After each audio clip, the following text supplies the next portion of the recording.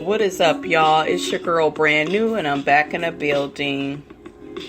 I got a message on Facebook from a young lady, and she wants me to start talking about, serious issues on my podcast, like relationship issues, friendship issues, work issues. I believe she had listened to one of my podcasts recently I did on the whole Trump, trying to turn the food stamp program into the Blue Apron program. And she really liked how, I talked about the workplace. And, not only did I talk about the food stamp program and the Blue Apron program, but the workplace and what they expect of you. So she really liked that. And so I began thinking yeah, that's a good idea, to kind of get a break from the reality TV. You guys know I love reality TV, and I'm not going to stop reviewing the shows that I review. I enjoy them, so that's not going to stop. But it would be nice to, take a little break here and there and talk about other issues. Okay, so my first topic that I want to discuss is men that are not worth your time. And this is going to be more of a relationship podcast. And, well, hell, shit, if you're single, you can listen to it as well, because you're single and you need to know what to look out for. And you know what's I really realize when it comes to men? You have to really, really, really peep them out and the shit that they do, because a lot of times men do things and they catch us off guard, and and it's just like we don't pay attention to the signs that we are given about that man. Okay, so here is some signs that a man is not worth your time, ladies. First, this man cancels dates on you all the time. You guys can plan to go to the movies, go to dinner, and, he didn't set up the damn date, and here he is canceling on the damn date. So, I would really strongly watch out for that, because that's a big red sign right there. Okay, and next is the guy that blame shifts a lot. And you know what I'm talking about. This man can be your man, or, somebody you getting to know, and you tell him something about himself and he doesn't really want to listen to it. He doesn't want to take responsibility. He will begin to do the whole, you'll be like, well, babe, can you work on this? Because you do this. What he'll do is, well, what about what you do? You do the same thing. You be doing that too. And it's like, Negro, could you calm down? And we're talking about you. That's blame shifting, turning it around and not wanting to listen, shit like that. You don't want to deal with a man that does that.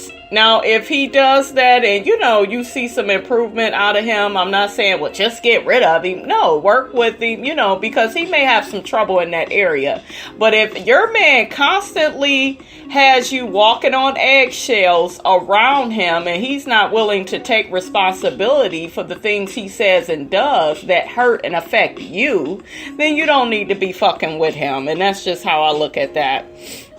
Okay, next one is the man that stays mad for 2 or 3 weeks at a time. You know what I'm saying, you ladies out there, you know what I'm talking about. You tell him something or you address him about something and then he gives you the silent treatment for 2 and 3 weeks. That bitch made attitude, and I hate when men do that. It's very disgusting. It's very childish. And I actually had this guy tell me, well, why does it have to be, bitch made? He's upset. Men have feelings too. Yes, you men have feelings, but I'm going to say this. You do not want to ever put yourself out there in a way where a woman begins losing respect for you. So if you get mad and you stay mad 2 and 3 weeks, and now if you're mad at your woman, she done cheated on you, had a baby on you, she tried to beat your ass, shit like that, I can understand that. That's acceptable. But y'all just had a fucking disagreement and words were said, you was saying shit too. How you gonna be mad at your woman for saying what she needed to say? You know, so to me, it's just bitch made. Who stays mad 2 and 3 weeks? And I've had people come at me, well, Brandy, you just get over things quick. No, I don't get over things quick. It's maturity.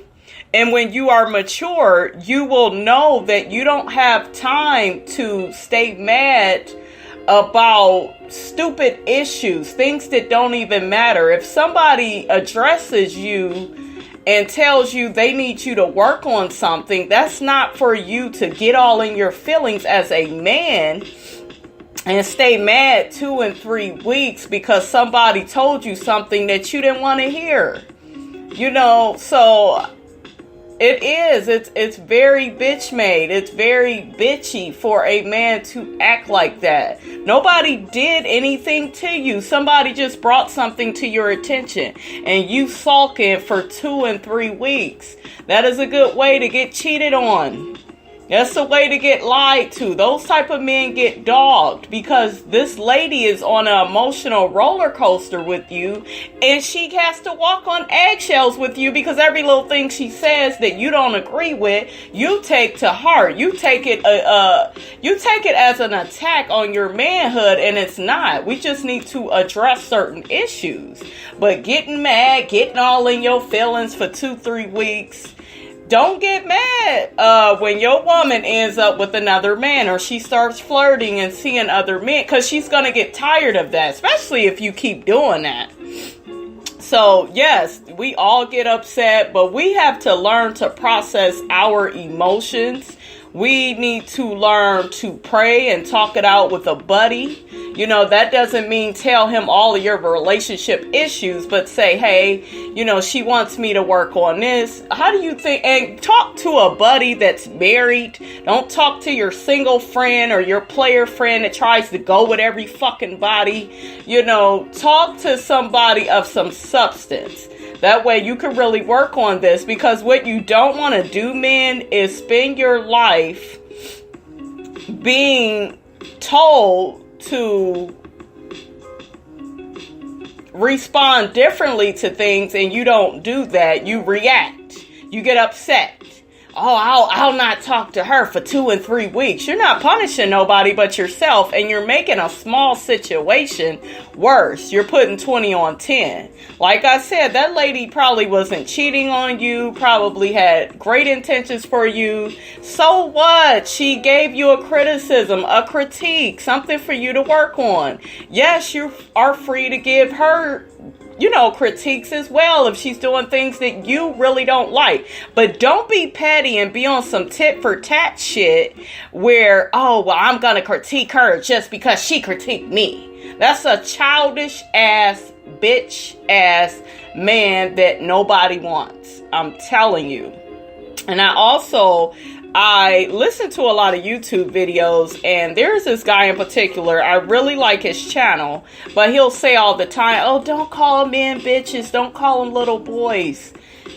What else is there to call you motherfuckers when you act like that? Like, what else? We can't call you no fucking man. You're not acting like a man.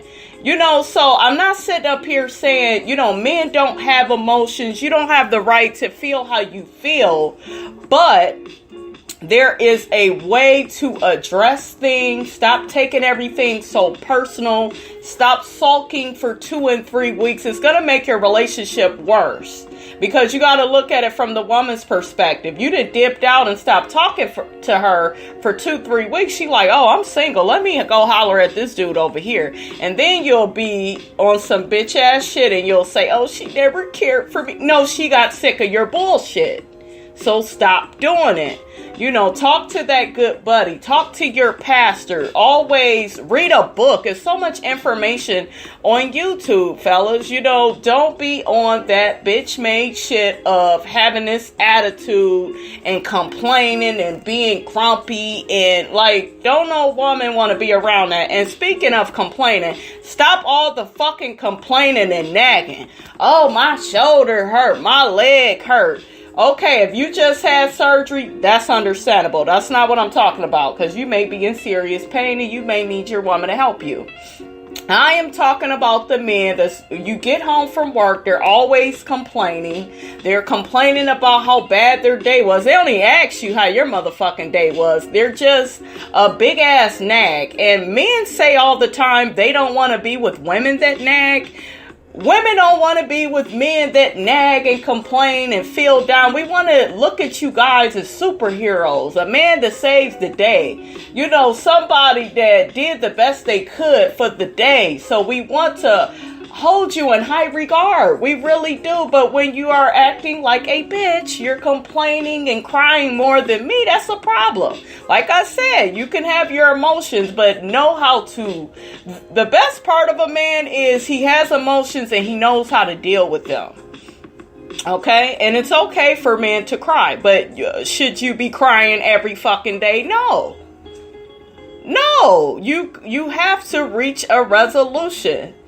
You know, I don't see no woman respecting you and you are crying and having these bitch fits every day. You can't be doing that. Oh, well, this is hard and I'm going through this. And, you know, that whole pitiful woe is me. We don't want that. We don't want that. We want a man that sees that there are problems and he is trying his best to find the solution. That's what you have to do. So yes, you can have your emotions, but learn how to properly assess them and don't go overboard. And that's another thing, fellas. A lot of y'all, like I said, you go overboard with your emotions. You'll sulk. You'll give the silent treatment for 2 and 3 weeks. You overreact to any little criticism or critique. Don't do that. That woman that you are with, she will lose respect for you. So I had that actually happen to me with this guy that I was cool with. He had said to me, oh, well, these women, you know, they don't want me and, you know, they want this guy. And there are some women now that do want these thugs and these men that are violent and that are clearly bad for them. Yes, that's out here. But at the same time, once I properly assessed him, because I liked the guy, I thought, you know, he was a good person. But at the same time, like once a month went by, I was like, wow, that's why women don't like him. Too much complaining, too much, well, nobody wants me. When you talk like that, nobody will want you. Do you ever wonder why women want men? And I think it's fucked up, but women be wanting men that's already taken. Because it's like, wow, he's confident. He's with, you know, his woman. But I think it's fucked up, though, to try to, you know, you can admire somebody that's with somebody from afar. But I think it's fucked up to try to steal somebody's spouse. That's some bitch made shit. So don't do all of that. But you probably like, dang, you know, he got him a nice looking woman. I wonder what has attracted her to him. It's because he shows that he's a man and he can handle life and he can make proper decisions and he doesn't let things quickly get him down. And if she gives him a criticism or a critique, he knows how to properly handle it. He doesn't let it go to his heart. He doesn't let it affect his mood like that. He's like, oh, okay, I'm gonna work on that. Let me help you with that. Let me become a better me for you and a better me for me, because all of this shit is going to help you at your job. You know, it's going to help you when you go out into the world, not just in your relationships. So that is pretty much what I have to say on that topic, you guys.